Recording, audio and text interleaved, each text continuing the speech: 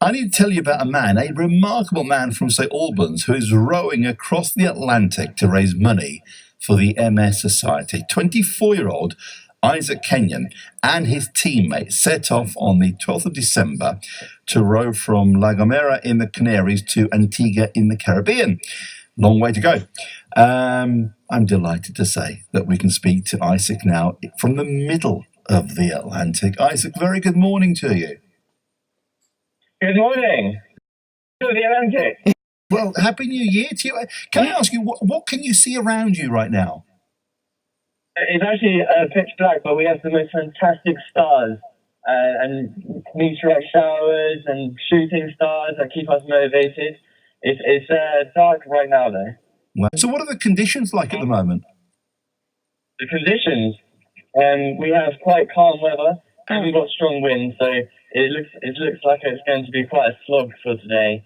And hopefully the wind will pick up so we can get to Antigua a bit faster. When we say you're in the middle of the Atlantic, you are in the middle of the Atlantic, but anywhere more precise? Because you're a mariner. You should imagine you know where you are. Yes, we do. We're literally at 1,300 nautical miles away from Antigua, and are roughly exactly the same away from La Gomera. We are bang in the middle of our journey right now. We hit halfway last night at New Year's Eve. So we did a joint celebration, New Year's Eve and meeting in the middle. It's incredible. Isaac, who are you rowing with? I'm rowing with three others. One name's Ben, whose mother has multiple sclerosis, who we're raising money for. And I'm also rowing with Cameron Parker from South Africa and Jack Hopkins from Bath. Okay, I need to ask you why this is an amazing attempt you're embarking upon. What's driven you to this? What's behind this story for you? And the story for myself is that I was asked by my good friend Ben to basically participate in a journey of a lifetime. It's quite a unique experience that you don't really get asked to do. Said, would you like to row the Atlantic multiple sclerosis therapy centre actually that? And I just thought to myself, you know what? I've never rowed before. I've never sailed before. I haven't been out at sea longer than 8 hours before. But heck, I'm going to give this a go. I go outside my comfort zone and give it my best and learn as much as I can. Hang on a minute. So before this, you'd never had so much seafaring adventure before in your life? No, it's never been longer at sea than 8 hours. I didn't even know if I'm going to get seasick or not, honestly. Have you been seasick? No, I didn't. One member of the team, Jack, he was seasick for a couple of days at the start. There was a lot of hardship at the start, developing, the routine and how you're going to get from your shift to evening, and there was a bit of seasickness involved for Jack, not for others. A little bit of nausea, but something we can all get over. And now we've got sea legs. Wow. So we're riding waves. You are such an impressive young man. Can I ask you, has there been anything along the way you thought just an amazing, spectacular view? Because it must be. I mean, it is a journey of a lifetime. It really is. Like some of the things I've seen so far have really changed my perception on wildlife. For instance, we saw a pod of whales, 6 massive whales, come right next to our boat, and immediately we all jumped in and started swimming with them.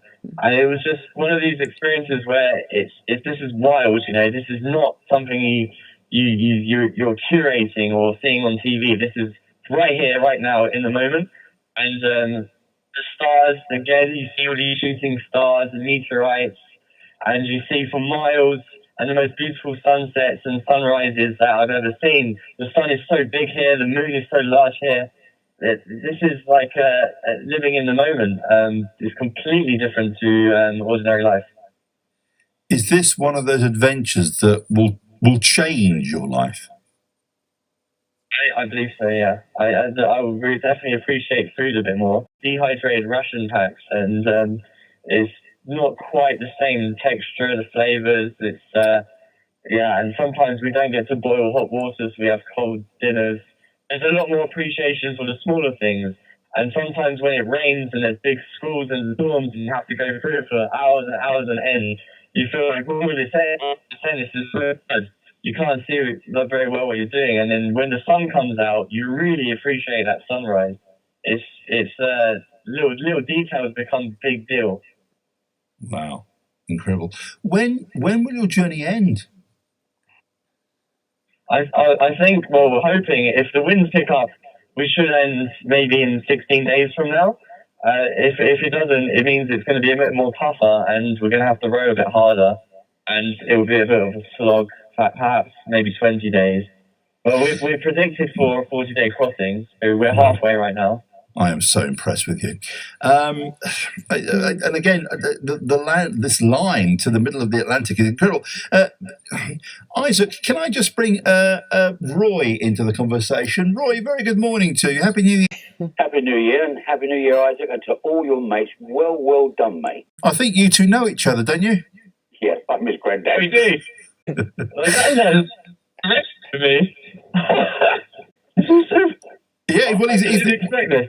He's here. Well, he's on the phone. I mean, Granddad, what an impressive young man this is. Oh, yeah. I've taught him all I know. Did you teach him all about the ways of the sea?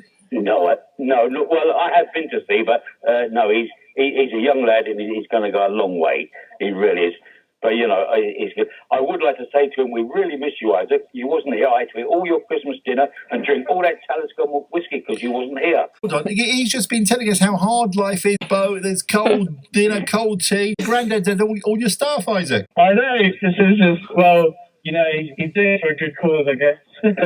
Listen, Happy New Year. Just say hello to your grandma. She's dying to talk to you. Let's talk to Margaret. Good morning to you. Happy New Year. Happy New Year to you. What an impressive grandson you've got. I loved his bit about he'll appreciate food a bit more. He appreciates food anyway. Is that true, Isaac, in the middle of the Atlantic? I have to admit, I am a foodie. Yeah, he does. Anyway, well done, Isaac. You're halfway now, so keep up the spirits and everything. Yeah, we'll keep morale up in the team. Oh my God! We can't wait for it all to finish now and get back safe. What an adventure! I know. All right, I'll let you go. Thank you, Margaret. Thank you, Roy. Happy New Year to you both. Isaac, listen, we wish you all the very best for the remainder of your journey. Please stay safe, and let's talk when you get back, because this story is just wonderful. And I guess behind it all, it's about raising money. Yeah, can I join everyone listening to our website, AtlanticDiscovery.co.uk? We'd really appreciate any donations to support Ben's Mother's Therapy Centre, multiple sclerosis. Much appreciated. Thank you. Listen, I wish you all the very best. Happy New Year. Don't worry about your granddad, Roy, eating all your drink, your food. Well, I'm sure your grand Margaret will make up for it when you get back. Yeah, sounds good. Good. Take care, my friend. Good luck. Isaac Kenyon from Sailbourne. And apologies for the slight delay in the line, but literally he's in a boat in the middle of the Atlantic. What a remarkable young man.